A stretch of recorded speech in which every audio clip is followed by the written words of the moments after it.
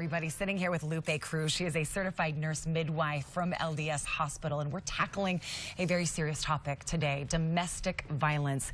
In Utah, women experienced 169,000 cases of this every single year. This is happening so much more than we would even like to think that it is. Right. Lupe, what does domestic violence mean?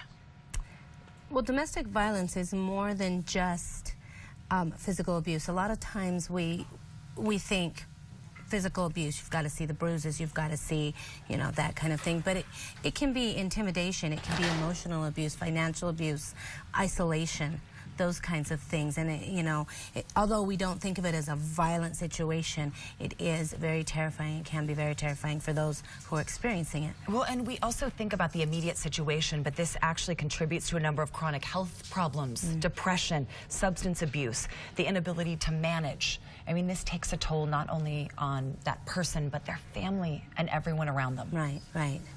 So let's talk about what you can do if this is something happening to you or someone you love. One of the first things you would want to do is make sure that the person that you're helping knows that it is not their fault. A lot of times they feel the blame, they feel like they could change it. They could either change the person, or if they change their behavior, that things would be better. And it's not them, and that's one of the most important things, I think, to let them know. Also, letting them know that you're there for them, being supportive, always being available. Sometimes it's a call, sometimes it's in the middle of the night, but if you're that person that makes yourself available for them, you're the one that they may call. You say be non-judgmental. Should you be giving advice? You know, I don't know that I would give advice.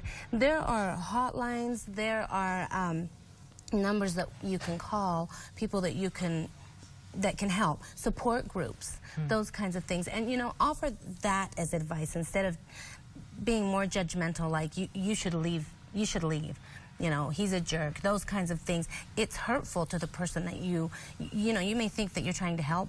It's not helpful, it's hurtful sometimes. And so often in these circumstances, they leave only to return, and then leave. Right. And then return again. And I think that's the time where you need to be the most supportive. You can't throw your hands up and say, I'm done. You have to help them. They will always do that. You also say encourage them to participate in activities outside of friends and family. Yes. What does that mean? So invite them to go places with you. Offer to go with them. Visiting your friends, visiting family. A lot of times they become isolated. And so encouraging them to do those kinds of things. That's the type of support that you would want to give. Remember that you cannot rescue them as much as you want to. Right. Exactly. Should that even be something in the conversation you have with a domestic violence victim? I can help you, or should it be, here are the numbers of people that can help you? Right. You give them the resources because they need to want to help themselves. They need to make that change. Or it won't change. Right, right.